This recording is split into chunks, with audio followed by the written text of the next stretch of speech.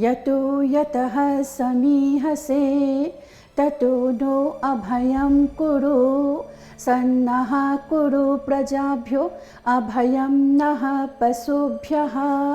ओम शांति शांति शांति। आदरणीय दर्शकों को पंडिता ज्योति भोला रघुबीर की ओर से सादर सप्रेम नमस्ते। गहलोत राजपूत महासभा की ओर से प्रस्तुत अमृत वाणी कार्यक्रम में आप सभी जनों का हार्दिक स्वागत है। विषय सुखी गृहस्थ के साधन। दर्शकों, शायद ही कोई ऐसा व्यक्ति हो जो सुख, चैन, शांति न चाहता हो।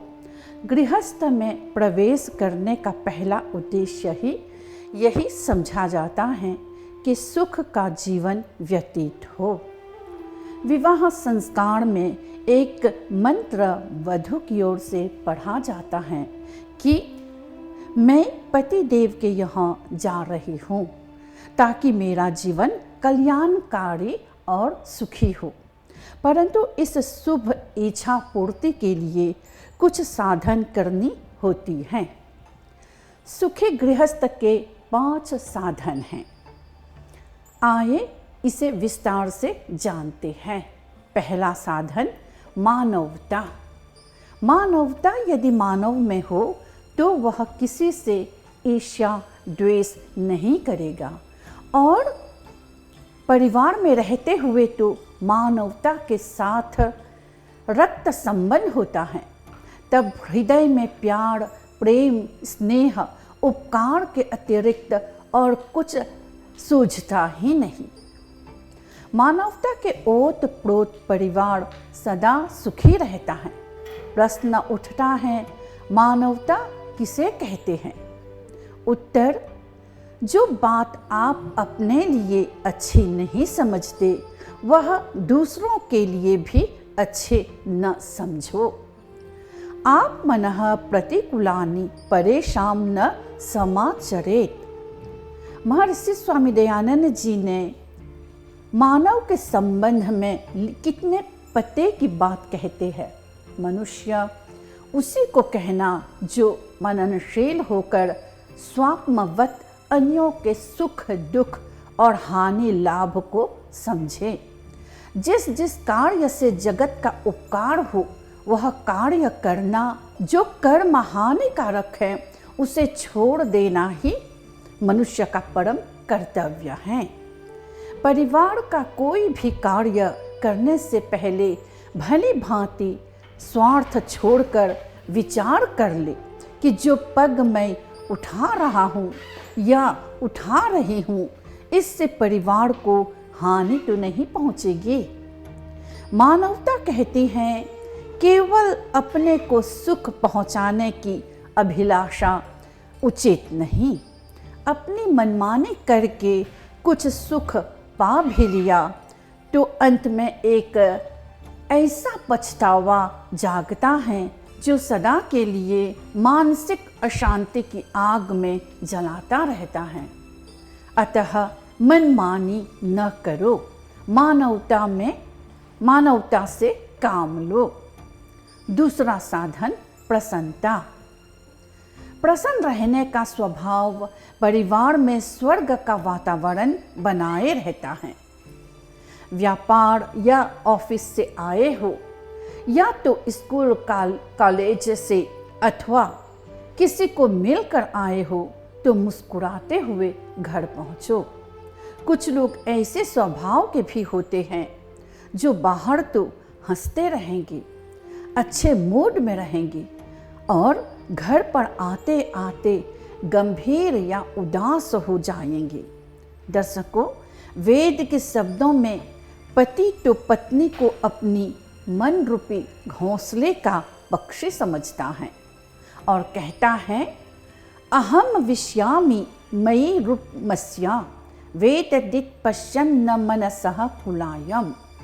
जो पक्षी दिन भर थक कर घोंसले में आए और उसे वह घोंसला ही न मिले तो पक्षी की अवस्था क्या होगी। ऐसे ही जिस पति को घर पहुंचते ही प्यार, सत्कार तथा प्रसन्नता न मिले, उसकी गति क्या होगी। खिला मुख देखकर पति की दिन भर की थकावट उतर जाए और पत्नी जब पति के आगमन की प्रतीक्षा का मधुर वाणी में वर्णन करे तो पति में नव जीवन तथा नव शक्ति का संचार हो जाएगा। इसी प्रकार पति चाहे दिन भर दुखी ही रहा हो, परंतु घर आने पर चिंता का कोई चिन्ह उसके मुख पर नहीं होनी चाहिए। प्रसन्नता मनुष्य का ऐसा गुण है जो उसे सर्वप्रिय बना देता है। हर समय शिकायत ही करते रहने से मनुष्य निराशावादी बनने लगते हैं।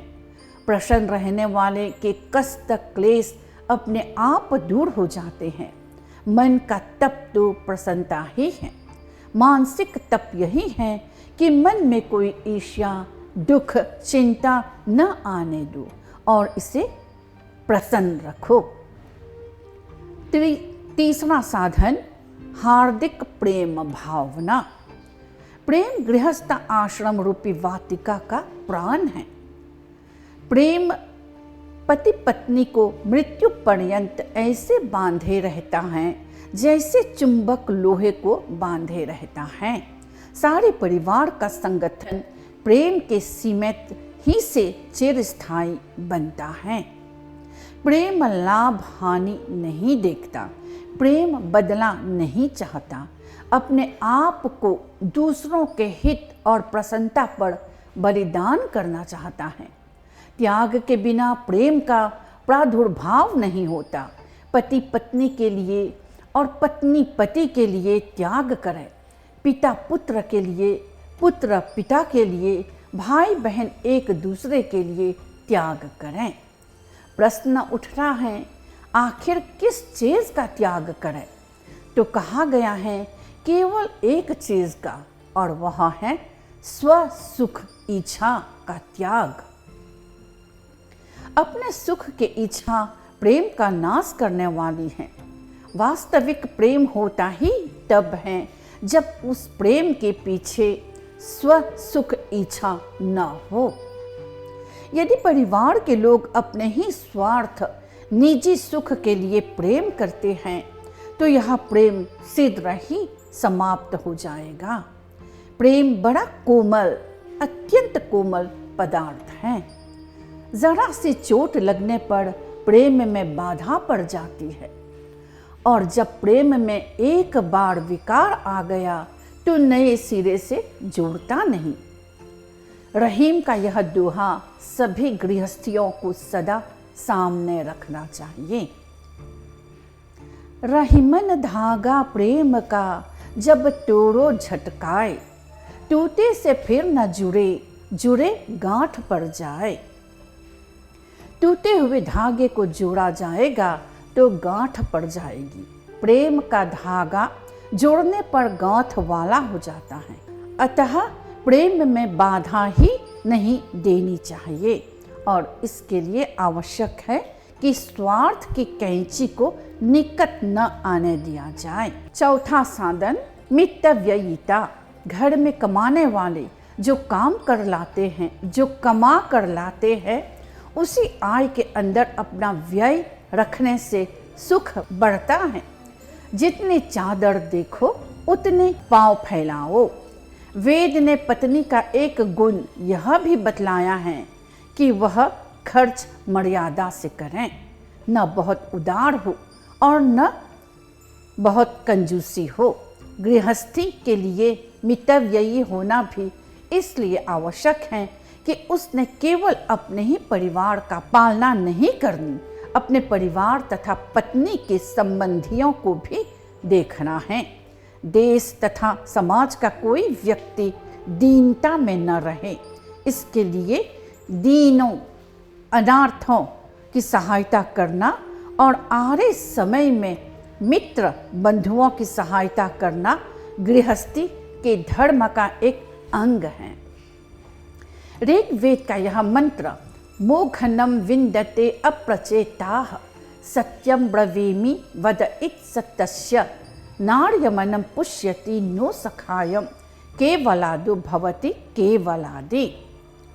कितने प्रबल शब्दों में वेद ने आदेश दे दिया है, अकेले न खाओ, बांट कर खाओ। अकेले खाने वाला पापी होता है। यदि गृहस्थी मितव्ययी होगा तभी दूसरों की सहायता कर सकेगा। अपनी आवश्यकताएं बढ़ाते न चले जाओ। जितनी कम ज़रूरतें होगी उतना ही सुखी परिवार होगा। सर्वे भवन्तु सुखिनः, सर्वे सन्तु निरामया, सर्वे भद्राणि पश्यन्तु मा कश्चित् दुःख भाग् भवेत्। ध्यान के लिए धन्यवाद। इति ओम शांति शांति शांति।